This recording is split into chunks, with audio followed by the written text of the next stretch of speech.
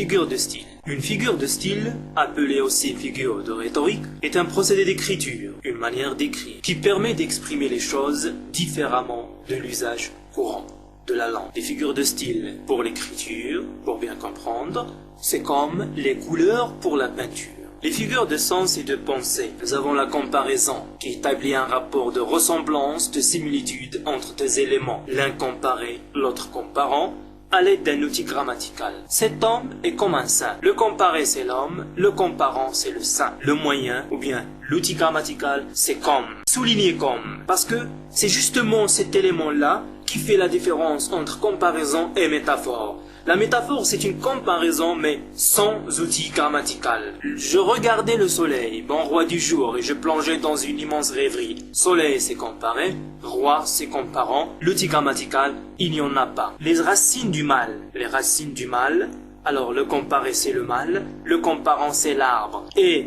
souvent, il est sous-entendu. La personnification. La personnification consiste à attribuer des traits humains à une chose, une idée ou à un être non humain. Le chat semblait très attentif à l'égard de cette information. Être attentif à l'égard d'une information, c'est-à-dire écouter une information, c'est un trait humain. Un chat ne peut pas faire ça. Alors c'est la personnification. La périphrase. La périphrase consiste à exprimer une chose par une phrase au lieu de l'évoquer directement. Alors je vais dire par exemple, c'est le temps d'aller prendre un peu d'air dans la cour. Au lieu de dire tout court, c'est la récréation. Ce procédé-là, c'est la périphrase. L'hyperbole ou l'exagération, c'est utiliser des termes exagérés pour exprimer une chose. Un bruit a réveillé un mort, pour dire que il s'agit bien d'un bruit immense. Donc c'est une sorte d'exagération. Un bruit qui fait réveiller un mort, ça devrait être un bruit immense. La litote. La litote consiste à dire moins pour suggérer davantage. Ce garçon n'est pas bête. Pour insinuer, il est intelligent.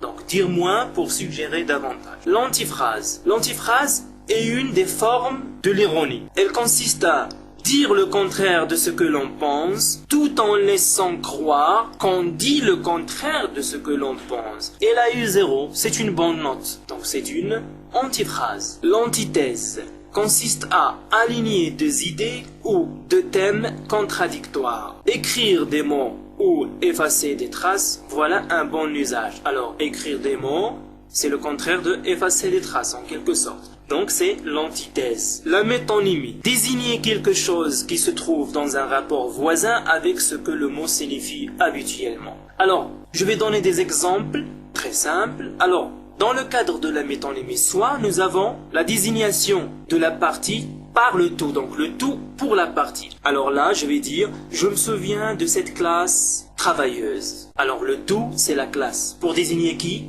La partie ou les parties, les élèves. Très bien. Alors le contenant pour le contenu. Un exemple, boire un verre. Alors boire un verre, le verre c'est le contenant, mais il désigne le contenu qui est le liquide, la boisson elle-même. Nous avons le troisième cas, la cause pour l'effet. Elle n'a pas pu venir, il fait froid. Alors là, j'ai évoqué le froid qui est une cause pour désigner l'effet qui est la maladie. Donc, au lieu de dire « il ne va pas venir, il est malade », j'ai dit « il n'a pas venir, il fait froid ». La synecdoque, c'est une métonymie qui désigne un lien d'inclusion, c'est-à-dire la partie pour le tout. Alors, enfin le flux nous fait voir 30 voiles, c'est-à-dire les navires, parce que le voile est une partie du navire. En quelque sorte, c'est l'inverse de la première forme qu'on a vue tout à l'heure de la métonymie. L'oxymore. L'oxymore consiste à aligner deux mots contradictoires dans le même syntagme.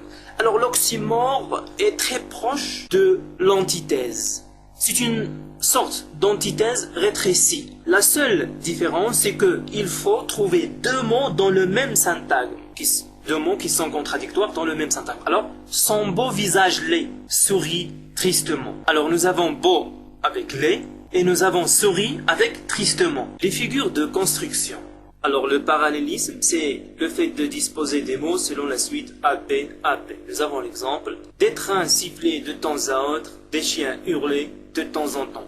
Alors, des trains en parallèle avec des chiens, siffler avec hurler, de temps à autre avec de temps en temps. Le parallélisme, c'est comme en mathématiques, lorsqu'on parle de droite en parallèle. Le chiasme, c'est la disposition des mots selon la suite A, B, B, A. Qui rit vendredi, dimanche, pleura.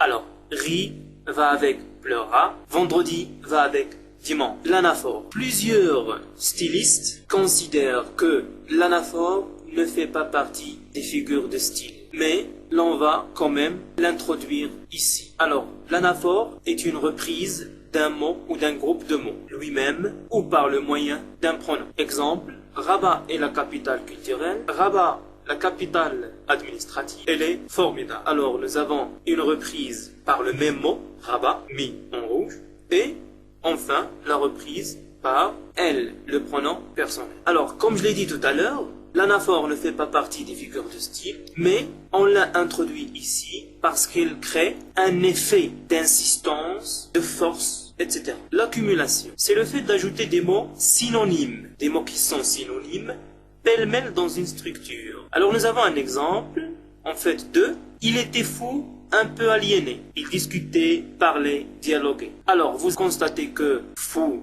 aliéné, c'est presque le même sens, ce sont des synonymes. Nous avons aussi discuté, parlé, dialogué, c'est en quelque sorte la même chose. Alors c'est une accumulation. On ajoute des mots qui sont synonymes. S'ils ne sont pas synonymes et que l'un vient renforcer l'autre, c'est que c'est la figure de la gradation. Alors la gradation, c'est le fait d'ajouter des mots qui renforcent la densité du sens. Et pour vous expliquer, nous avons pris le soin de mettre des mots en couleur rouge qui montrent cette progression de sens et de densité.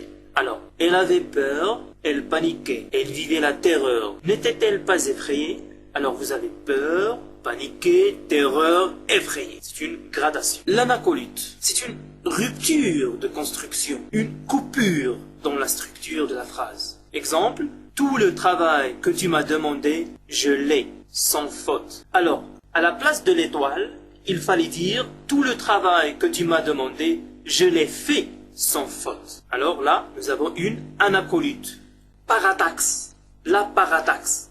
Alors c'est un effacement et suppression des mots de liaison. Les mots qui coordonnent, souvent des conjonctions de coordination.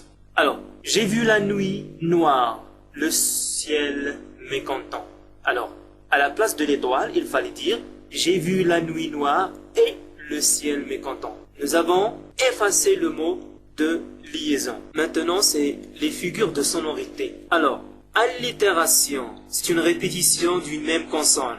Le roi roulait sur la route du progrès. Alors, là, vous avez la répétition soulignée en jaune de la consonne R. Quand il s'agit d'une répétition d'une voyelle, donc c'est l'assonance. Et nous avons cet exemple-là. Quand Pantagruel fut né, qui fut bien ébahi, perplexe, ce fut Gargantua, son père. Alors nous avons le en de quand et de Pantagruel et de Gargantua. Nous avons le a, Pantagruel et bailli, Gargantua. Et nous avons le u, fut, Gargantua et le e, né, ébahi. Dans un texte littéraire, la présence et la répétition des consonnes ou des voyelles est très significative. Nous avons la paronomase. C'est le fait de rapprocher deux mots de sens différents mais d'une sonorité proche. Le sens, il est différent mais la sonorité est proche. Par exemple, tu parles Charles, parle Charles. C'est presque la même sonorité, une sonorité qui est proche. Nous avons la contrepétrie. La contrepétrie, c'est une permutation. Mettre quelque chose à la place de quelque chose. Donc c'est une permutation de deux lettres ou de deux syllabes. Alors, nous avons l'exemple. Tromper sonnette pour dire sonnet trompette. Donc, il y a une permutation entre trompe et sonne. Tromper sonnette, sonnet trompette. Fin de cette séance.